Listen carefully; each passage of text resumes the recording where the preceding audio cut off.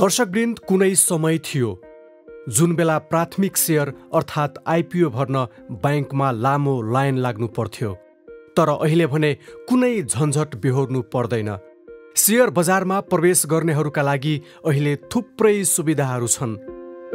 विक्रम सम्वत 2075 साल कार्तिक 20 गते नेप्सेले अनलाइन प्रणाली सुरु गरेपछि घरमै बसी आइपिओ भर्नेदेखि कारोबारसम्म गर्न सकिन्छ। विभिन्न कम्पनीले जारी गर्ने साधारण सेयर आइपिओका लागि घरैबाट आवेदन दिन सकिन्छ।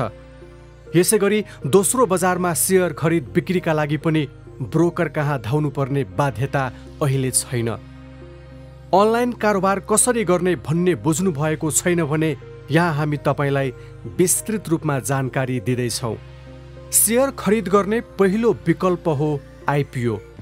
कुनै पनि पब्लिक कम्पनीले नेपाल धितोपत्र बोर्डबाट स्वीकृति लिएर सर्वसाधारणका लागि आइपिओ जारी गर्न सक्छ।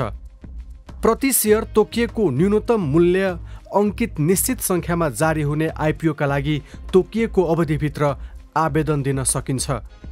सर्वसाधारणले न्यूनतम 10 किता र अधिकतम तोकिएको सङ्ख्यामा सेयर आवेदन दिन सक्छन्। आइपिओका लागि अनलाइन मार्फत आवेदन दिन सबैभन्दा पहिले तपाईँको ब्याङ्क खाता, डिम्याट खाता र सिआरएन नम्बर आवश्यक पर्छ। डिम्याट खाता धितोपत्र कारोबारका लागि अनुमति प्राप्त कुनै एक कम्पनीबाट खोल्न सकिन्छ, जसमा सिआस्वा सदस्यता प्राप्त ब्याङ्क, मर्चेन्ट ब्याङ्क या धितोपत्र ब्रोकर कुनै पनि संस्थाबाट खोल्न सकिन्छ। सिआरएन नम्बर भने आफ्नो खाता भएको ब्याङ्कबाट लिनुपर्दछ। ब्याङ्कमा गएर सिआस्वा फारम भरेपछि तपाईँलाई ब्याङ्कले इमेलमा सिआरएन नम्बर पठाइदिन्छ, जुन तपाईँले सुरक्षित राख्नुपर्दछ। सिआरएन नम्बर प्राप्त भएपछि तपाईँले आफ्नो डिम्याट खाता भएको कम्पनीमा गएर मेरो सेयर सेवाका लागि आवेदन दिनुपर्छ। आवेदन दिएपछि तपाईँले आफ्नो इमेलमा मेरो सेयरको लगइन युजरनेम र पासवर्ड प्राप्त गर्न सक्नुहुनेछ।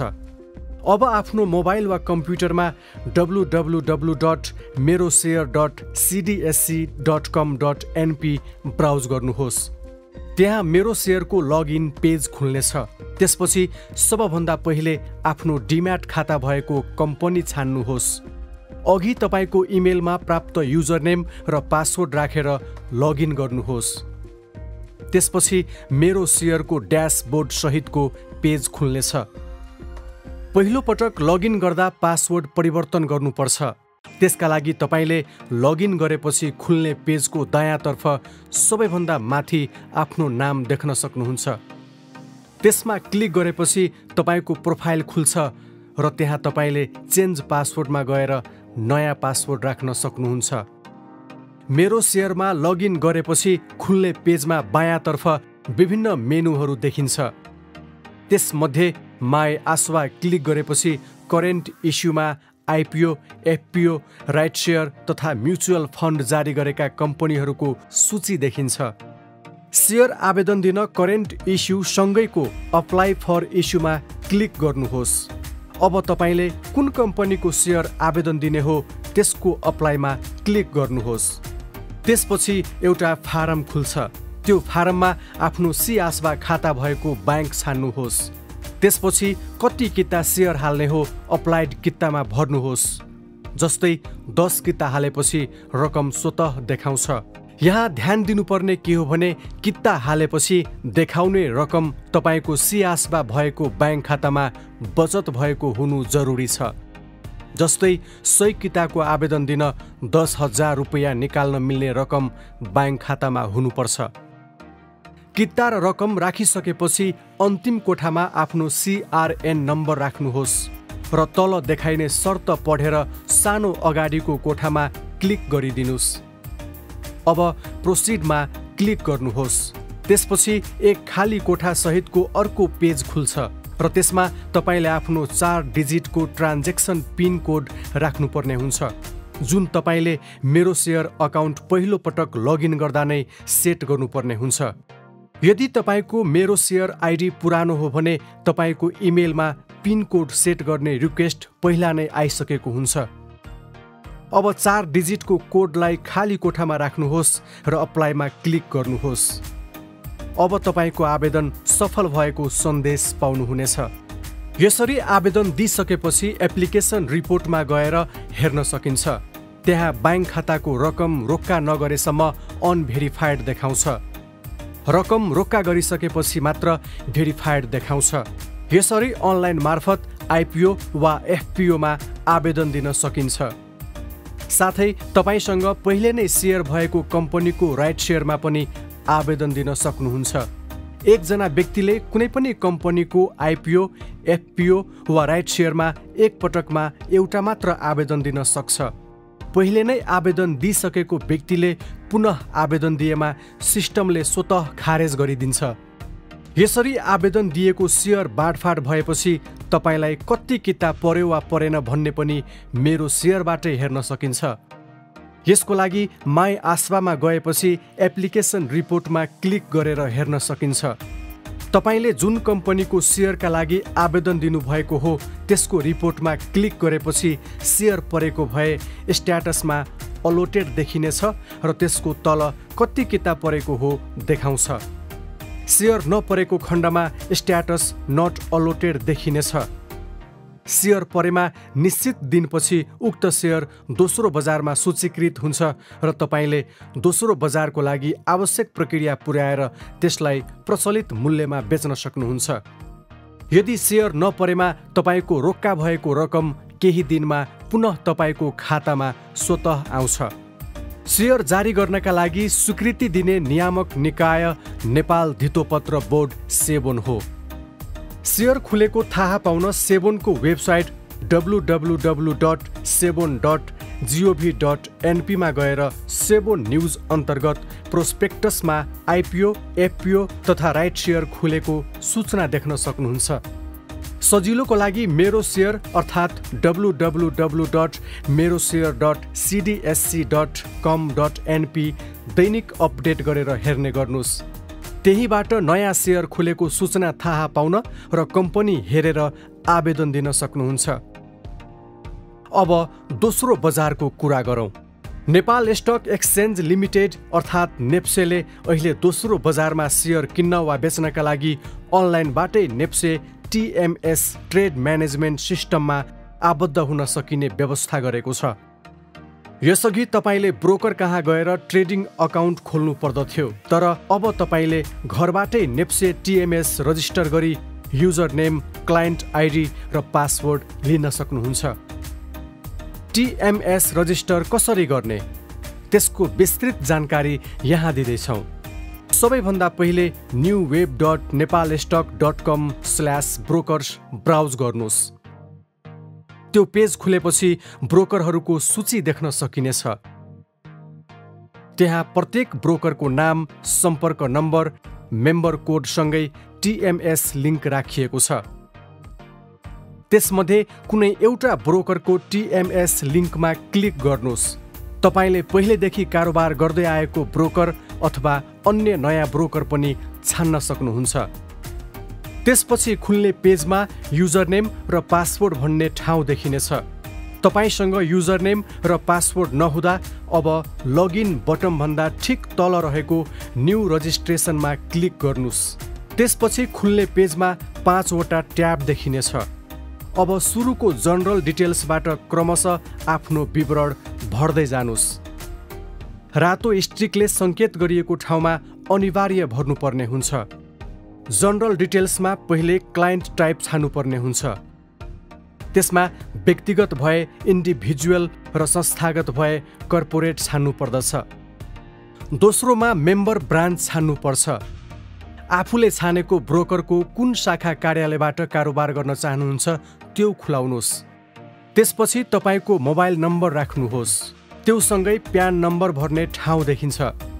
यदि तपाईँ एकैपटक 5 लाख रुपैयाँ भन्दा बढीको कारोबार गर्दै हुनुहुन्छ भने प्यान नम्बर अनिवार्य हुन्छ। 5 लाख भन्दा कमको कारोबार गर्ने हो भने प्यान नम्बर अनिवार्य छैन। अन्तिममा आफ्नो इमेल राख्नुहोस् र नेक्स्ट बटनमा क्लिक गर्नुहोस्।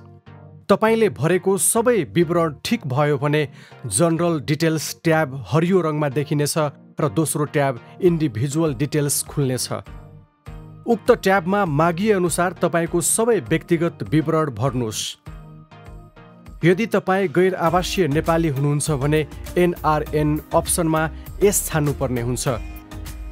यसैगरी नाबालकको हकमा पनि माइनरमा एस छान्नुपर्नेछ। आवश्यक सबै विवरण भरिसकेपछि फेरि नेक्स्ट बटनमा क्लिक गर्नुहोस्। अब तेस्रो ट्याबमा तपाईको ठेगाना भर्नुपर्छ। त्यहाँ तपाईको स्थायी र अस्थायी दुवै ठेगाना भरेर नेक्स्टमा क्लिक गर्नुहोस्। चौथो ट्याबमा तपाईको ब्याङ्क खाताको विवरण दिनुहोस्। यो एकदमै महत्त्वपूर्ण छ किनभने तपाईले सेयर बेचेपछि पाउने पैसा ब्रोकरले यही खातामा राखिदिन्छ। यसैगरी तपाईले सेयर किन्दा लाग्ने पैसा पनि यहीबाट काटिन्छ। त्यसैले आफूले नियमित कारोबार गरिरहेको ब्याङ्क खाताको वास्तविक विवरण यसमा राख्न जरुरी छ। त्यसपछि पाँचौं ट्याबमा तपाईको BOID अर्थात् डिम्याट नम्बर भर्नुहोस् र नेक्स्टमा क्लिक गर्नुहोस्। अब अन्तिम ट्याबमा तपाईसँग सम्बन्धित कागजात डकुमेन्ट्स अपलोड गर्नुपर्ने हुन्छ। व्यक्तिगत हो भने नागरिकता, फोटो, सम्बन्धित ब्रोकरको वेबसाइटबाट डाउनलोड भरिएको KYC फारमको स्क्यान कपी, प्यान कार्ड तथा संस्थागत हो भने कम्पनी दर्ता प्रमाणपत्रको कपी PDF फर्म्याटको फाइल बनाएर अपलोड गर्नुपर्दछ। यसरी डकुमेन्ट्स अपलोड गरिसकेपछि सबमिट एप्लिकेसनमा क्लिक गर्नुहोस्। त्यसपछि तपाईलाई भेरिफाई गर्न सोधिन्छ। त्यसमा आई अग्री बटनमा क्लिक गरेर प्रोसिड गर्नुहोस्। अनि तपाईलाई कन्फर्म गर्नको लागि फेरि सोधिन्छ। त्यसमा सबमिटमा क्लिक गर्नुहोस्। सबमिट गरिसकेपछि तपाईको आवेदन प्रेषित भएको सन्देश देखिनेछ, जसमा थप विवरण तपाईको इमेलमा पठाइने वा ब्रोकरलाई सम्पर्क गर्न सकिने समेत भनिएको हुन्छ। यसरी तपाईले भरेको आवेदन सम्बन्धित ब्रोकर कहाँ पुग्छ। त्यसअनुसार ब्रोकरले तपाईको TMS अकाउन्ट बनाएर तपाईलाई क्लाइन्ट ID, युजरनेम र पासवर्ड उपलब्ध गराउँछ। तर तपाईले अनलाइन मार्फत आवेदन दिइसकेपछि सम्बन्धित ब्रोकरलाई सम्पर्क गर्नुपर्नेछ। तपाईको क्लाइन्ट ID, युजरनेम र पासवर्ड प्राप्त भएपछि तपाईले नेप्से TMSबाट लगइन गर्न सक्नुहुन्छ। पहिलो पटक लगइन गर्दा पासवर्ड परिवर्तन गर्नुपर्ने हुन्छ। आफ्नो क्लाइन्ट ID र नयाँ पासवर्ड राखेर लगइन गरिसकेपछि खुल्ने पेजमा तपाईले नेप्सेको सम्पूर्ण कारोबारहरू देख्न सक्नुहुन्छ। त्यहाँ माथिल्लो भागमा एक्टिभ सेसनमा कन्टिन्युअस देखिएको छ भने त्यसले बजार खुल्ला रहेको जनाउँदछ। बिहान 11 देखि दिउँसो 3 बजेको समयमा यस्तो देख्न सकिन्छ। तर सेयर बजार बन्द रहेको समयमा नो एक्टिभ सेसन देखिन्छ। त्यस्तो बेला सेयर कारोबार गर्न मिल्दैन। सोही पेजमा नेप्से र सेन्सिन्ड इन्डेक्स, कुल कारोबार रकम र सङ्ख्या, सबै कम्पनीका कारोबार विवरणका साथै अन्य तथ्याङ्कहरू हेर्न सकिन्छ। सेयर किन्न वा बेच्नका लागि बायाँ साइडमा देखिने अर्डर म्यानेजमेन्टमा जानुपर्छ। त्यहाँ क्लिक गरेपछि अर्डर इन्ट्रीको स्क्रिन खुल्छ, जहाँ continuous, pre open, odd lot र स्पेशल प्री ओपन गरी 4वटा सेसन देखिन्छ। साधारणतया कन्टिन्युअस सेक्सनमा बिहान 11 बजेदेखि 3 बजेको बजार समयभित्र कारोबार गर्न सकिन्छ, जसमा प्रोडक्ट प्रकारमा CNC देखाइएको हुन्छ भने अर्डर प्रकारमा LMT र MKT मध्ये कुनै एक छान्नु पर्दछ, जसमा MKT अन्तर्गत बजारमा चलिरहेको मूल्यको आधारमा किनबेच हुन्छ। त्यसैले आफैले मूल्य राख्न पाइँदैन। यहाँ LMT भनेको लिमिट अर्डर हो, जहाँ सिस्टमले देखाएको मूल्य रेन्जभित्र रहेर आफूले चाहेको मूल्य राखेर अर्डर प्लेस गर्न सकिन्छ। साधारणतया LMTमा नै डिफल्ट भएर बसेको हुन्छ। सेयर कारोबार गर्दा इक्विटी छान्नु पर्दछ। EQ भनेको इक्विटी बुझ्नु पर्दछ। म्युचुअल फन्डको कारोबार गर्दा MF र ऋणपत्रको कारोबार गर्दा NCD छान्नु पर्दछ। न्यूनतमदेखि अधिकतमसम्म नेप्सेले तोकेको जुनसुकै मूल्यमा कारोबार गर्न सकिन्छ। सेयर खरिद गर्न चाहनेले बाई र बेच्नेले सेल छान्नु पर्दछ। कम्पनी छनौट गरिसकेपछि सेयरको सङ्ख्या र चाहेको मूल्य र सङ्ख्या इन्ट्री गरेर प्लेस अर्डरमा क्लिक गर्नुपर्छ। त्यसपछि तपाईको स्क्रिनको दायाँतर्फ माथिल्लो कुनामा अर्डर प्लेस भयो भन्ने सन्देश आउँछ। त्यसरी क्लिक गर्दा स्क्रिनको दायाँतर्फको माथि DNA लग्ड अफ भन्ने सन्देश आएको खण्डमा ब्रोकरलाई सम्पर्क गरेर DNA लगइन गरिदिन भन्नुपर्छ। DNA लगइन नभएसम्म कारोबार गर्न सकिँदैन। DNA लगइन भइसकेको भए तपाईको अर्डर स्क्रिनमा देखिनेछ। तपाईले आफ्नो अर्डर म्यानेजमेन्टको डेली अर्डर बुकमा गएर पनि हेर्न सक्नुहुन्छ। तर प्री ओपन, अर्डलट र स्पेशल प्री ओपनमा अलिक फरक तरिकाले कारोबार हुन्छ।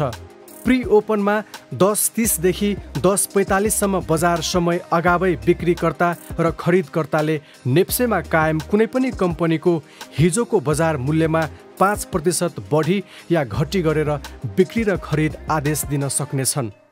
यसैगरी नेप्सेले कुनै पनि नयाँ कम्पनीलाई दोस्रो बजारमा लिस्टिङ अप्रुभल गरेर कारोबार रकमको रेन्ज तोकेपछि प्रथम पटक कारोबार हुँदा स्पेशल प्री ओपन अन्तर्गत हुन्छ, जसमा आइपिओबाट सेयर प्राप्त गरेका लगानीकर्ता र नयाँ खरिदकर्ताले नेप्सेले तोकेको रेन्जमा रहेर बाई वा सेल अर्डर प्लेस गर्न सक्नेछन्। अर्डर म्याच भएमा उक्त कम्पनीको सेयर त्यस दिनदेखि पुनः बजार समय 11 बजेदेखि 3 बजेसम्ममा खरिद बिक्री हुन्छ।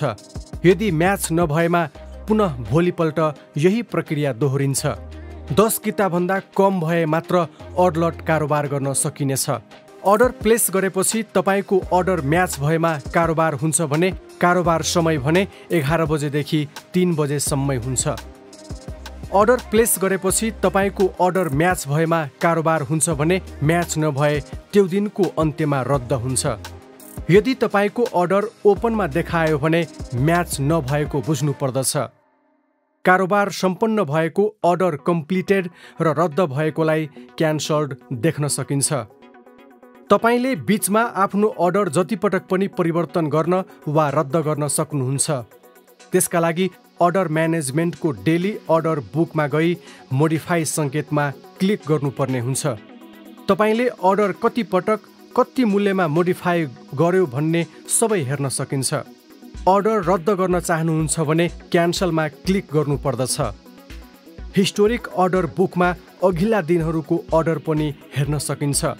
तपाईले कुनै कम्पनीको सेयर किन्नका लागि राखेको अर्डर म्याच भयो भने रापसाफ गर्नका लागि तपाईले ब्रोकरलाई रकम भुक्तानी गर्नुपर्छ। नेप्सेको यही सिस्टमबाट तपाईले खरिद गरेको सेयरको रकम भुक्तानी गर्न सक्नुहुन्छ। यसका लागि फन्ड म्यानेजमेन्टमा जानुपर्छ। त्यसमा फन्ड सेटलमेन्ट र त्यसपछि बाई इन्फर्मेसन छान्नुहोस्। त्यहाँ तपाईले प्रत्येक दिन सेयर किनेको पेमेन्ट ड्यू देखाउँछ र एक्सन बटममा गएर कुन दिनको रकम भुक्तानी गर्ने हो त्यसमा मेक पेमेन्टमा क्लिक गर्नुहोस्। त्यसपछि फन्ड सेटलमेन्ट खुल्नेछ। त्यसमा प्रोसिड विथ पेमेन्टमा क्लिक गर्नुहोस् र पेमेन्ट मोडमा कोल्याट्रल पेमेन्ट र EOD पे इन भन्ने दुईवटा अप्सन देख्नुहुन्छ। यदि तपाईलाई कोल्याट्रल पेमेन्ट गर्नु छ भने कोल्याट्रल पेमेन्टमा क्लिक गर्नुहोस्, नभए EOD पे इनमा क्लिक गरेर ब्याङ्कबाट सिधै क्यास पेमेन्ट गर्नुहोस्। त्यसपछि तल दिएको बक्सहरूमा जति रकम देखाइएको छ ठिक त्यही बराबरको रकम, ब्याङ्कको नाम र रिमार्क्समा सेयर पर्चेज वा अरू केही लेख्नुहोस् र मेक पेमेन्टमा क्लिक गर्नुहोस्। प्रोसिड गरेपछि कन्फर्म पेमेन्ट भन्ने सन्देश आउँछ।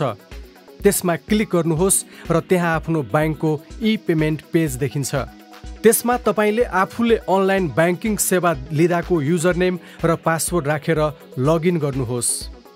त्यसपछि आइपिएसको खुल्ने पेजमा तपाईले कुन ब्रोकरमा कति रकम भुक्तानी गर्नुपर्ने सबै विवरण त्यसमै आउँछ।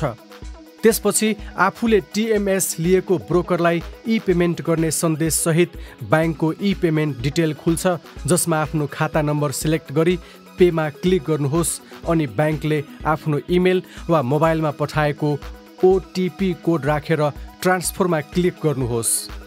यसरी रकम भुक्तानी भइसकेपछि तपाईको स्क्रिनमा पेमेन्ट सफल भएको म्यासेज आउँदछ। त्यसपछि बल्ल सेटलमेन्ट मितिको आधारमा तपाईले खरिद गरेको सेयर आफ्नो खातामा आउँछ, जुन तपाईले DP होल्डिङबाट हेर्न सक्नुहुनेछ। यसरी आफ्नो खातामा सेयर आइसकेपछि मात्र पुनः त्यो सेयर कारोबार गर्न पाउँछ। अहिले T+2 अनुसार कारोबार गरेको तेस्रो दिन सेटलमेन्ट गर्नुपर्ने कानुनी व्यवस्था छ। त्यसैगरी नेप्सेको अनलाइनबाट सेयर बिक्री गरिसकेपछि ब्रोकरबाट पैसा लिन तपाईको डिम्याटबाट सेयर ट्रान्सफर गर्नुपर्ने हुन्छ।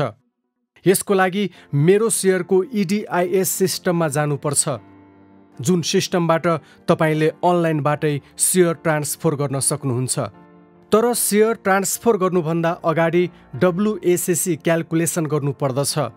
WACC क्याल्कुलेसन नगरेसम्म सेयर ट्रान्सफर गर्न सकिँदैन।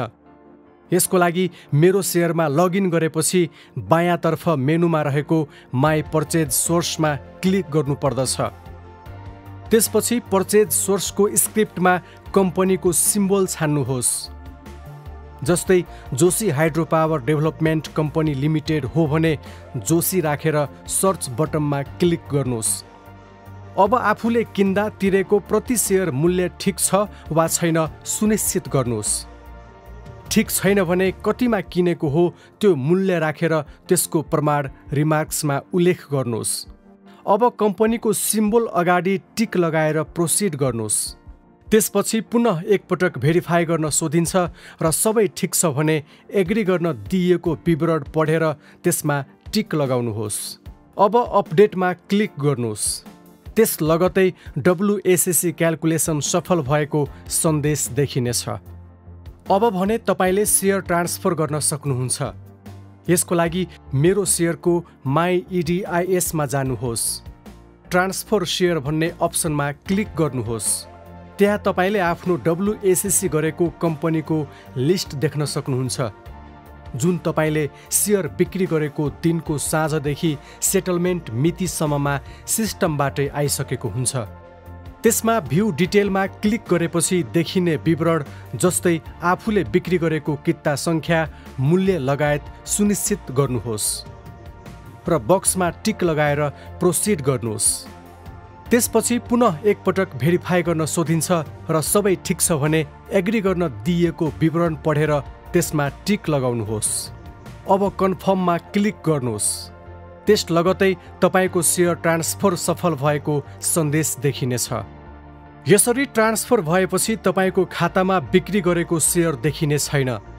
याद गर्नुहोस्, यदि तपाईले बेचेको सेयरको WACC र EDIS सेटलमेन्ट तोकिएको मितिसम्ममा गर्नु भएन भने कारोबार रकमको 20% जरिवाना तिर्नै पर्ने हुन्छ।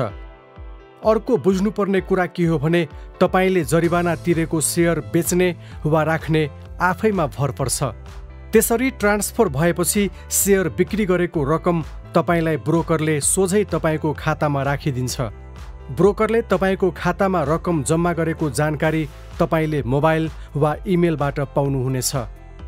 यदि तपाईले सेयर बेचेको पैसा समयमा आएन भने ब्रोकर समक्ष रिक्वेस्ट पठाउनु पर्दछ। फन्ड म्यानेजमेन्टको फन्ड सेटलमेन्टमा गएर नेट इन्फर्मेसनमा गएर क्लिक गर्नुहोस्। नेट सेटलमेन्ट भन्ने पेज खुल्छ। त्यहाँ तल स्ट्याटसमा तपाईले 5 वटा option payment due, in progress, approved, failed र सक्सेस देख्नुहुन्छ।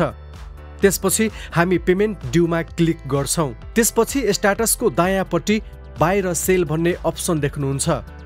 त्यसमा अलमा क्लिक गर्नुपर्छ। त्यसपछि स्क्रिनको तलपट्टि बिजनेस डेट फ्रम अप्सन देख्नुहुन्छ। त्यहाँबाट तपाईले मिति तय गर्न सक्नुहुन्छ। त्यसपछि बिजनेस डेट 2 मा गएर मिति राख्ने र फिल्टर गरेर एक्सन बटनमा क्लिक गर्नुपर्छ। त्यसपछि मेक पेमेन्ट रिक्वेस्टमा क्लिक गर्दा कन्फर्म पेमेन्ट रिक्वेस्ट आउँछ। त्यसपछि सेन्ड पेमेन्ट रिक्वेस्टमा क्लिक गरेपछि स्क्रिनको दायाँपट्टितिर सक्सेसको नोटिफिकेसन आउनेछ। शेयर बजारबारे थप जानकारीका लागि बेला बेला नेप्सेको वेबसाइट www.nepalstock.com हेर्दै गर्नुहोला।